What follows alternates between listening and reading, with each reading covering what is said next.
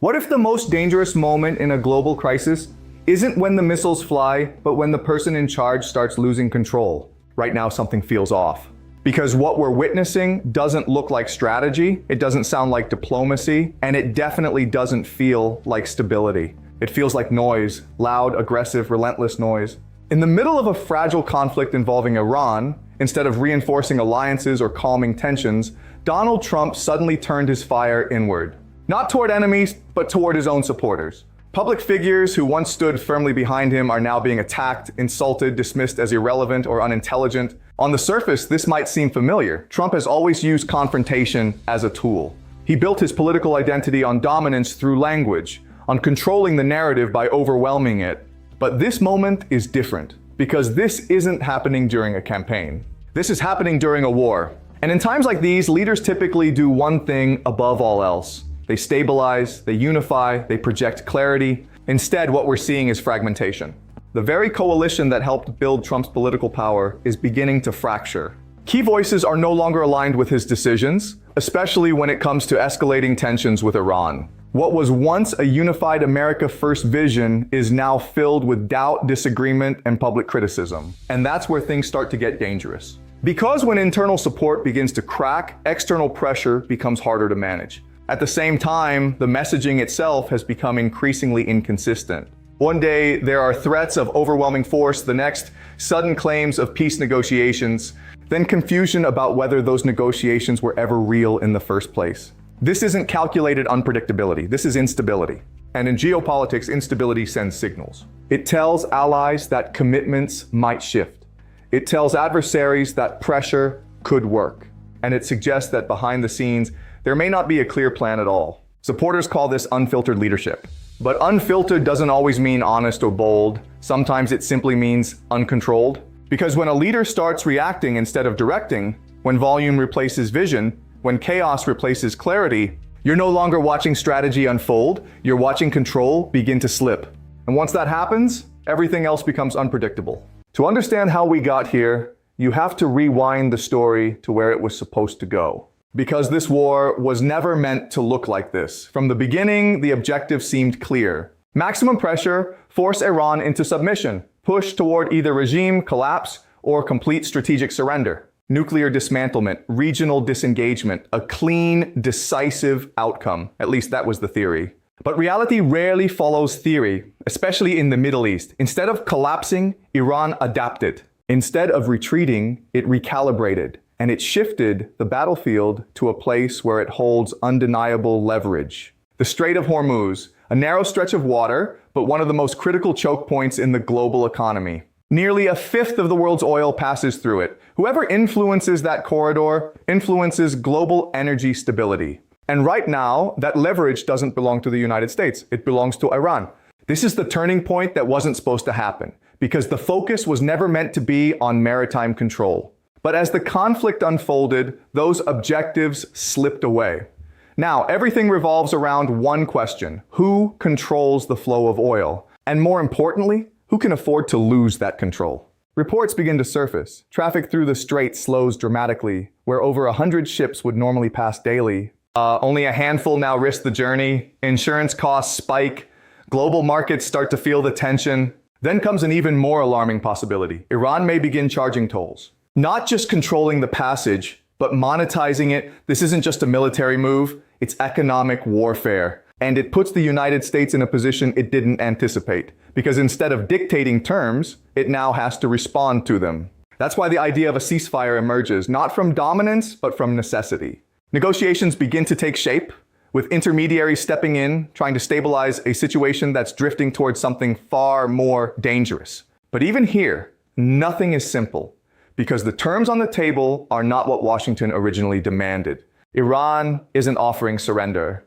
It's offering conditions. Retain a civilian nuclear program. Maintain regional influence. Keep strategic leverage. In other words, coexistence, not submission. And that creates a dilemma. Accept the deal.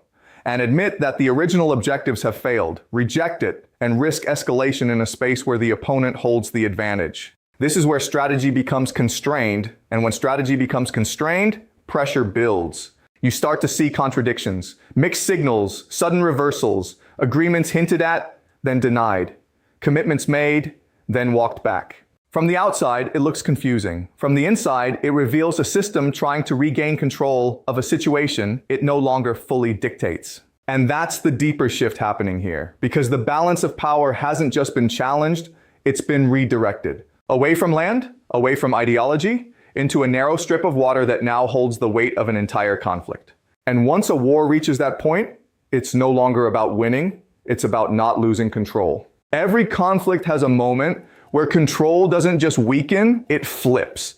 And in this war, that moment didn't come from a battlefield victory. It came from confusion. Within days, the narrative began to unravel. One announcement suggested progress toward peace. Another denied that any real agreement existed. Signals clashed, messaging blurred, and suddenly no one, neither allies nor adversaries, was entirely sure what the United States actually wanted. That uncertainty created a vacuum, and in geopolitics, a vacuum never stays empty for long. Iran moved to fill it. By tightening its grip on the Strait of Hormuz, it didn't just apply pressure, it redefined the entire negotiation framework. The conversation was no longer about nuclear programs or regime change, it was about access, control, survival of global trade routes. And that shift exposed something critical. The original plan had no clear second phase. Because when the expected outcome failed to materialize, there was no stable fallback strategy. Instead, what followed looked like improvisation, a cycle. And cycles like that don't project strength, they signal vulnerability. At the same time, another layer of complexity emerged. Allies stopped moving in sync. Israel, operating on its own timeline, escalated strikes in Lebanon. Massive casualties followed in a matter of hours. But here's the problem. From Iran's perspective, Lebanon was part of the ceasefire framework. From Israel's perspective, it wasn't. And from the United States, there was no clear unified position. That disconnect created a fracture across the alliance itself. Because now, the US wasn't just negotiating with Iran, it was indirectly managing contradictions within its own side. And Iran understood this perfectly. It issued warnings, continued the strikes, and negotiations collapse. The strait remains restricted, pressure intensifies. This is where the balance of power subtly shifts again, not through force, but through leverage. Because when one side can dictate the consequences of instability, and the other side is trying to contain multiple moving parts at once, control is no longer equal. Even internally, cracks begin to show. Different figures within the administration hold different priorities. Some never supported the war, others pushed for pressure. No single direction, just competing paths. And when leadership becomes divided in execution, the outside world notices. Markets react, allies hesitate, adversaries test limits, everything becomes more fragile. This is the real turning point. Not a decisive battle, but a realization that the war is no longer being shaped by a clear strategy, but by reactions to unfolding pressure. And when a global conflict reaches that stage, outcomes become unpredictable, because the next move is no longer part of a plan. It's a response to whatever happens next, and in a situation like this, the difference between de-escalation and disaster can be decided in a single miscalculation. But beneath the chaos, beneath the shifting strategies and fractured alliances, there's a deeper layer to this story. One that isn't about Iran, or oil, or even war. It's about power and the illusion of control. Because for decades, global dominance has followed a familiar pattern. A superpower sets the rules, others react. Pressure flows in one direction. But what happens when that pattern breaks? What we're witnessing right now is not just a geopolitical crisis. It's a philosophical shift. A moment where power is no longer defined by how loudly you can project force, but by how precisely you can control outcomes. And that's where things begin to unravel. Because modern power isn't just military, it's systemic. It's economic choke points, information flow, supply chains, strategic geography. It's the ability to influence without direct confrontation. And in that sense, Iran didn't need to win a war. It just needed to change the game. By leveraging the Strait of Hormuz, it exposed a vulnerability that had always been there, but was rarely tested at this scale. A single narrow passage now holds disproportionate influence over global stability. That's not traditional warfare, that's asymmetry. And asymmetry is where stronger powers often struggle, because overwhelming force doesn't always translate into effective control. especially when the battlefield is no longer physical, but systemic. This is where the concept of dominance begins to crack. Because dominance assumes predictability. It assumes that pressure leads to compliance, that escalation leads to submission. But what if it doesn't? What if pressure creates resistance instead? What if escalation creates leverage for the other side? Suddenly, the entire logic flips. And when that happens, leaders are forced into a position they rarely prepare for: adaptation under uncertainty. This is where personality starts to matter as much as policy. Because when systems become unstable, decision-making becomes more exposed. Every reaction is amplified. Every inconsistency becomes a signal. Every reaction is amplified. Every inconsistency becomes a signal. And in this case, the signals are loud. Shifting narratives, emotional responses, public outbursts, rapid reversals. These are not just political behaviors, they are indicators. Indicators of a system under strain, trying to maintain the appearance of control while internally recalibrating. And here's the deeper insight. The louder the projection of certainty, the more likely uncertainty exists behind it. Because true control doesn't need to announce itself. It operates quietly, consistently, predictably. What we're seeing instead is something else entirely. A collision between an old model of power built on dominance and pressure and a new reality where influence is fragmented, leverage is distributed, and control is never absolute. This is why the situation feels unstable. Not just because of the war, but because the rules themselves are changing in real time. And when rules change faster than leaders can adapt, even the most powerful positions become fragile. So the real question isn't whether this strategy will succeed or fail. The real question is, was it built for a world that no longer exists? And this is where the story stops being about what is happening and starts becoming about what comes next. Because conflicts like this don't end cleanly, they evolve.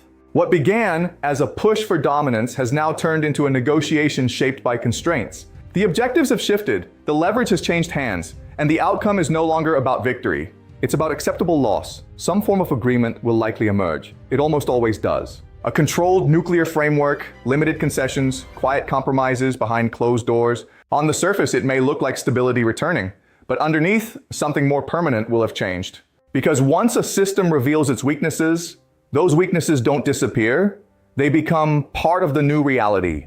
The Strait of Hormuz will remain a pressure point. Regional alliances will remain less predictable. And perhaps most importantly, the perception of control will never fully return to what it was before. And perception in global politics is everything. Because power isn't just about what you can do. It's about what others believe you can do. And once that belief starts to erode, every future decision becomes harder. Every threat becomes less convincing. Every negotiation becomes more complex. That's the long shadow of moments like this. But there's another layer, one that's even more unsettling. Because while the external situation grows more uncertain, the internal pressures don't disappear. Economic strain, political division, public skepticism. These forces don't wait for wars to end.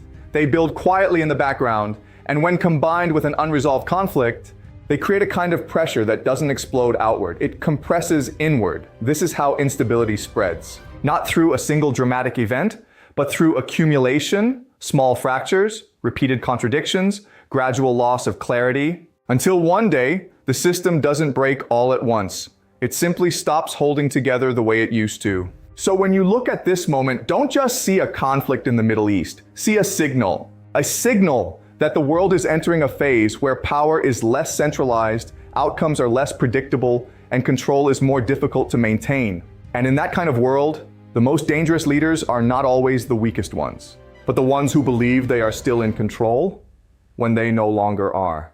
Because history has shown again and again, it's not uncertainty that causes the greatest damage. It's the illusion of certainty. At the exact moment, it disappears. And if you found this perspective valuable, if it made you see the situation differently, take a second to support the channel. Like the video, subscribe, and stay with us. Because the next shift in this story may come sooner than anyone expects.